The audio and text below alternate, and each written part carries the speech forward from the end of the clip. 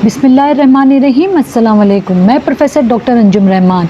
आज हम आपसे डिस्कशन करेंगे कि जो ख़वातीन के कैंसर होते हैं उनकी प्री मैलिग्नेंट कंडीशंस क्या होती हैं, उनके क्या सिम्टम्स होते हैं और इनसे कैसे बचा जा सकता है, और क्या चांसेस हैं कि ये कितने ड्यूरेशन में कैंसर में चेंज हो जाएंगे। पहला सवाल तो ये है कि जी प्री मैलिग्नेंट कंडीशन क्या होती है, यानी कि कैंसर होने से पहले कि क्या अलामात होती हैं, क्या चेंजेस आती हैं बॉडी के अंदर या उस ऑर्गन के अंदर, उस अज़्ज़ा में क्या चेंजेस होती हैं कि जो ओवर द टाइम वो कंप्लीट एक कैंसर बन जाती हैं। जहाँ तक ख़वातीन का ताल्लुक़ है, जैसे कि छाती का कैंसर, बच्चेदानी के मुंह का कैंसर, बच्चेदानी या अंडेदानी के कैंसर, ये बेसिकली कॉमन कैंसर्स हैं जो किसी भी जो फीमेल कम्युनिटी में होते हैं।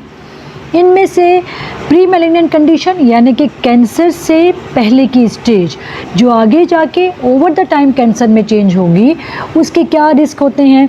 हर तरह के कैंसर में, जैसे छाती के कैंसर में वो क्या कंडीशंस होती हैं, बच्चेदानी के मुंह के कैंसर में वो क्या कंडीशन होती हैं, ये डिफरेंट फॉर्म ऑफ कंडीशन है। आज मैं आपसे डिस्कस करूँगी कि बच्चेदानी के मुंह में के यानी कि जिसको हम सर्विक्स कहते हैं, उसका प्री मैलिग्नेंट कंडीशन क्या होती है और उससे कैसे बच सकते हैं। जो बच्चेदानी के मुंह का कैंसर होता है उसकी प्री मैलिग्नेंट कंडीशन को हम CIN यानी कार्सिनोमा इन साइटो कहते हैं। होता इसमें यह है कि जो बच्चेदानी के मुंह यानी कि सर्विक्स के जो सेल हैं उनके अंदर कुछ ऐसी चेंजेस आती हैं जो अब मल्टीप्लाई होते हैं फास्टली, फिर उसकी एटिपिया होता है, यानी कि ओवरऑल ऐसी चेंजेस आती हैं जो कुछ सालों के बाद कैंसर बन जाती है। बच्चेदानी के मुंह का कैंसर जिसको सर्वाइकल कैंसर होते हैं, इनमें ज़्यादातर जो कंडीशन होती है वो एक वायरस की होती है जिसको हम ह्यूमन पैपिलोमा वायरस कहते हैं। ये सेक्सुअली ट्रांसमिटेड डिजीज़ है, यानी कि मियाँ बीवी या पार्टनर के मिलाप की वजह से हो सकती है। हो सकता है कि हस्बैंड को कोई ऐसा इन्फेक्शन हो या फीमेल के अंदर इन्फेक्शन हो या उसकी इम्यूनिटी कम हो जिसकी वजह से वो इन्फेक्शन पिक कर गई हो, और ओवर द टाइम जो बच्चेदानी के मुंह के सेल्स हैं उसमें चेंजेस आती हैं, वो कैंसर बना देती हैं। क्या कैसे पेशेंट को पता चलेगा कि जी मुझे ये हो सकता है, यानी कि पानी की शिकायत होना, पानी में बदबू आना, बार बार दवाई लेते रहे फिर भी बच्चेदानी में से उसको लगता है कि जी लिकोरिया बहुत ज़्यादा हो रहा है, कुछ अरसे के लिए कम होता है, उसमें स्मेल आती है। शादी के काफ़ी अर्सा गुजर जाने के बावजूद भी शौहर से मिलने पे तकलीफ़ होना या फिर खून आना, ये कुछ ऐसी अलामात हैं जो हमें बताते हैं कि अल्लाह ना करे सर्विक्स में यानी कि बच्चेदानी के मुंह में कोई चेंजेस ऐसी आ रही हैं जो आके जाके कोई बड़ी चीज़ बन सकती हैं। सबसे इम्पॉर्टेंट ये है कि हम इसको कैसे प्रिवेंट करें। इसका एक सिंपल सा टेस्ट होता है जिसको हम पैपिस्मेयर कहते हैं। पैपिस्मेयर को उर्फ़े आम में पानी का टेस्ट कहते हैं।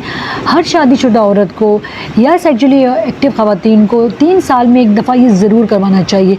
इवन जो कि मेनोपॉज़ल हैं जिनका मावरी बन हो गया, एटलीस्ट 5 साल में एक दफ़ा पानी का टेस्ट यानी कि पैपिस्मेयर को ज़रूर करवाएं। ये सिंपल टेस्ट होता है जो हम अपनी OPD में करते हैं, उसी वक्त ये टेस्ट लिया जाता है, इसको टेस्ट को भेजा जाता है और जब उसकी रिपोर्ट आती है तो हमें आइडिया हो जाता है कि आया कुछ ऐसी सेलुलर चेंजेस तो नहीं है, कोई ऐसी चेंजेस तो नहीं आ रही बच्चेदानी के जो सेल हैं कि वो आगे जाके अल्लाह ना करे कैंसर बनाए। बेसिकली जो बहुत सारी हमारे ख़वातीन हैं, over the time of my experience मैंने देखा कि वो हमारे पास एडवांस स्टेज में आती हैं क्योंकि बेसिक प्रिवेंशन नहीं होती। अगर आपको ये सिम्टम्स लगे, इनमें से कोई भी सिम्टम्स है, इवन अगर आपको लगता है कि ना आपको लिकोरिया है ना आपको कोई बदबू का पानी आता है, स्टिल आप सेक्सुअली एक्टिव हैं, आपको हर 3 साल में ये टेस्ट ज़रूर करवाना चाहिए। इससे आप एक मौजी मर्ज़ से बच सकते हैं, जानलेवा मर्ज़ से बच सकते हैं, क्योंकि बेसिकली ये जो इन्फेक्शन है ये ओवर द टाइम बढ़ता है, सेलुलर चेंजेस लाता है और आके जाके फुल फ्लैश कैंसर हो सकता है। कैंसर ऑफ सर्विक्स की ट्रीटमेंट सर्जरी के अलावा अर्ली स्टेज में, जो कि बहुत कम ख़वातीन आती हैं, रेडियोथेरेपी है जो एक बहुत तकलीफ़ दे मरहला है। तो क्यों ना हम इनिशियल स्टेज में, बल्कि जब हम बिल्कुल नॉर्मल भी हों, जैसे हम रूटीन टेस्टों के लिए जाते हैं, हम अपना टेस्ट करवाएं हर 3 साल में एक दफ़ा और इस मर्ज़ से बच सकें। Thank you very much. इसके साथ ही मैं इजाज़त चाहूँगी। पाकिस्तान जिंदाबाद।